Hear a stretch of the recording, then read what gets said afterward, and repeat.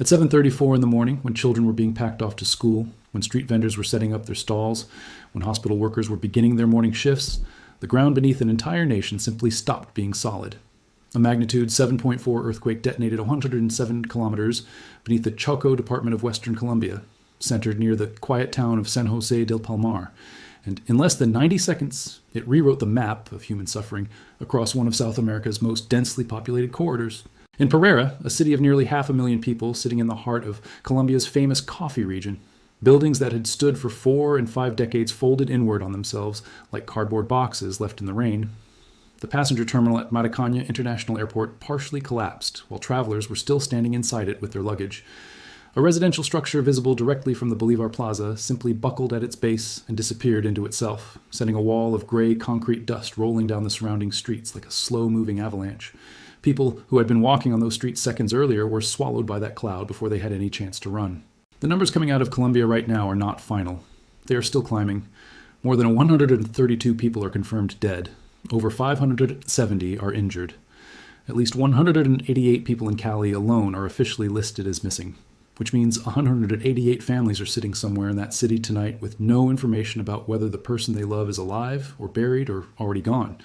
Rescue teams are still working through the rubble as this is being recorded, with headlamps and hand tools, pulling out whoever they can find. This is what a magnitude 7.4 earthquake does to a country that was given no elevated warning before it struck.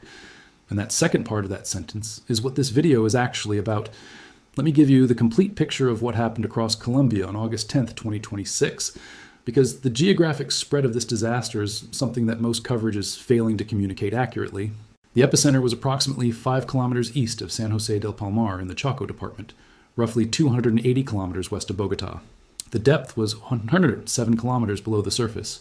The shaking lasted between 60 and 90 seconds across the worst affected zones. 5 capital cities were placed simultaneously on red alert. 8 airports shut down operations. 7 of those 8 closures were caused by direct structural damage to the airport facilities themselves, including major aviation hubs in Cali, Pereira, Manizales, Quibdó, Armenia, Cartago, and Buenaventura. In Risaralda province, where Pereira sits as the regional capital, at least 60 people were confirmed killed. In Valle del Cauca, the province containing Cali, at least 27 people died, including 3 children.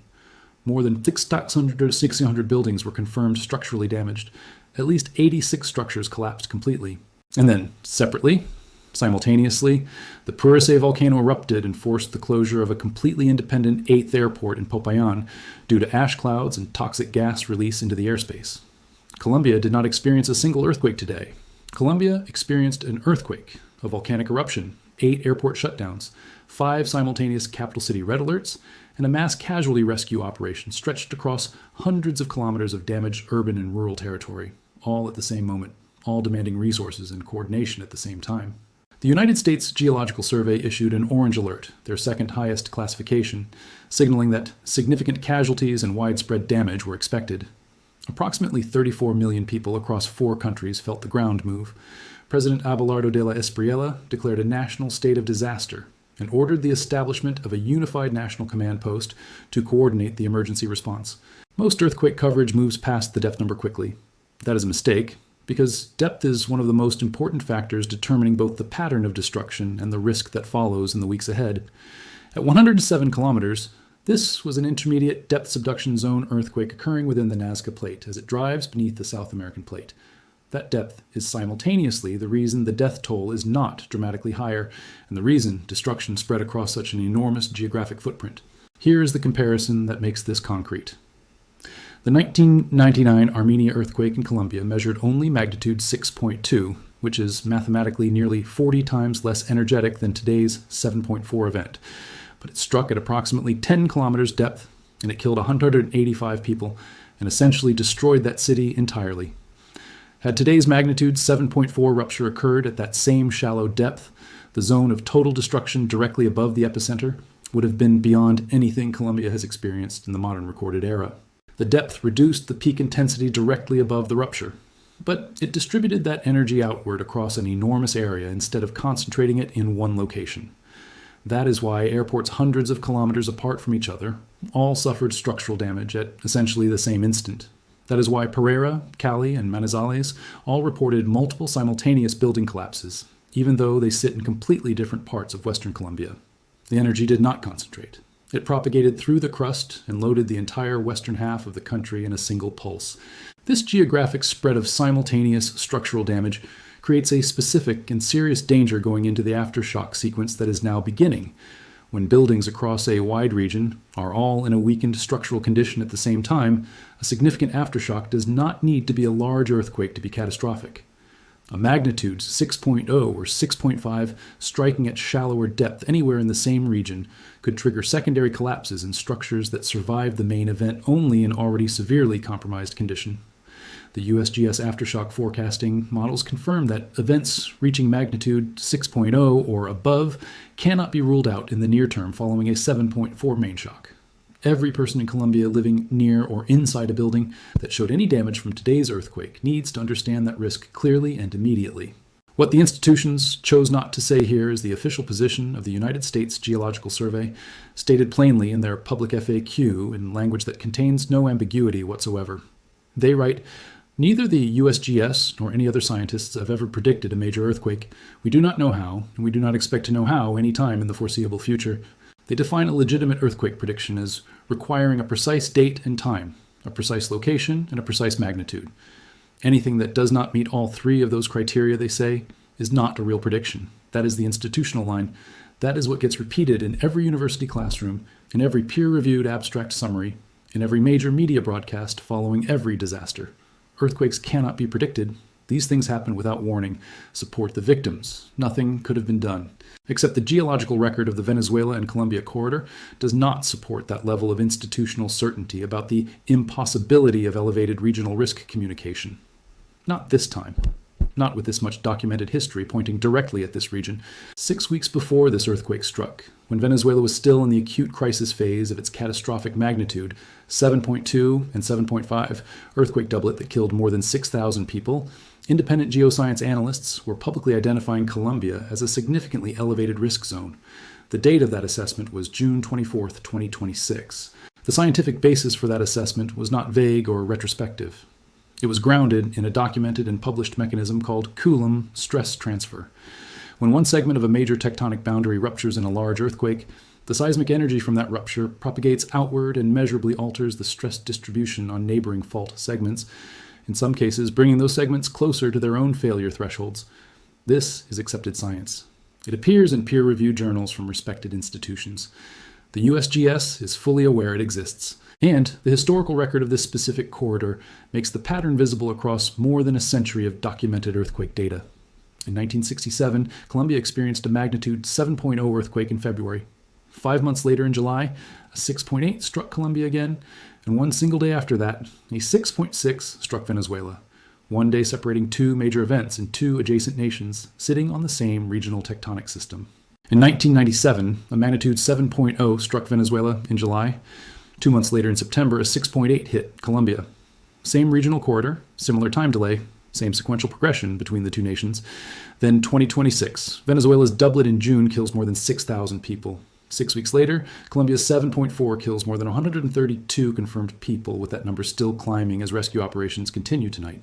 That is a geological pattern with multiple documented data points spanning more than half a century of recorded earthquake history. And the institutional position of the agencies responsible for public geological safety communication is that nothing meaningful or specific can be said about this kind of regional sequential risk. The reason institutions do not communicate specific elevated regional risk assessments is not scientific. It is legal and institutional. The 2009 L'Aquila earthquake in Italy killed 309 people. In the aftermath, scientists faced criminal prosecution related to how they had communicated seismic risk in the period before the earthquake struck. The legal ordeal lasted years and reverberated through the global scientific community. The message that sent to geological institutions worldwide was unmistakable. Communicate specific risk assessments and face prosecution if a disaster follows.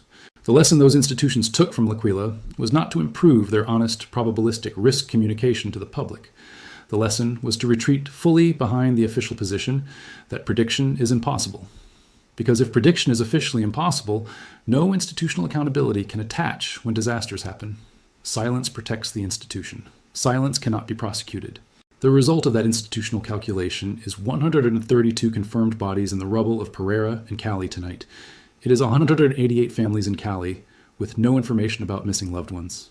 It is a nation of 52 million people that went to sleep on August 9th, with zero elevated guidance from any official geological body anywhere in the world, even though the geological case for treating Colombia as elevated risk following Venezuela was fully constructed and sitting visible in the historical record.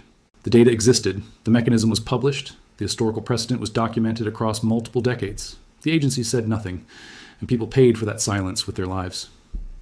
What you need to do, right now, if you live anywhere in the seismically active Western Americas, this is the moment to act on preparation, rather than simply absorb information about a disaster happening somewhere else. Store water for a minimum of 72 hours, build a go bag containing your identification documents, any necessary medications, basic food supplies, a battery-powered radio, a flashlight, and a basic first aid kit.